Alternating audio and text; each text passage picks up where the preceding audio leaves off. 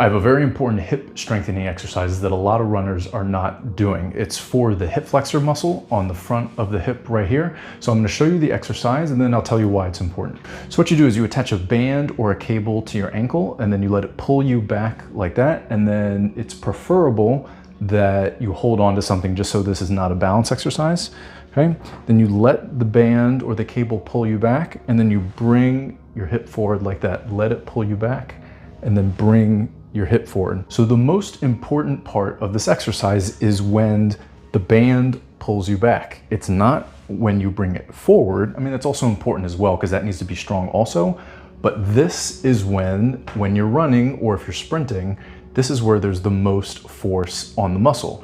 So if you look at the literature, most hamstring tears, not hip flexor, but hamstring tears come during the swing phase, the late swing phase to be specific. So the late swing phase is, so if you run, you plant your foot down and then it swings forward like this and then you claw the ground again. So late swing is like that. So this is when the hamstring is lengthening and there's a lot of force on the hamstring because it's trying to keep the tibia, this lower leg, from flying forward. Okay, so your leg is like this and the hamstring's trying to keep it from flying forward, so there's a lot of pulls. So it's the same thing with the hip flexor.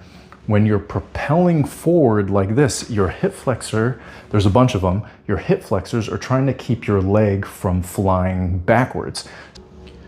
You want to have a lot of force pulling you back to simulate that excessive force that's on your hip, and then you want to pull forward.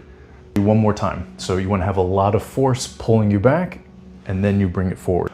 I would say give it a shot. If you do it a few times, you'll feel the power in your stride immediately.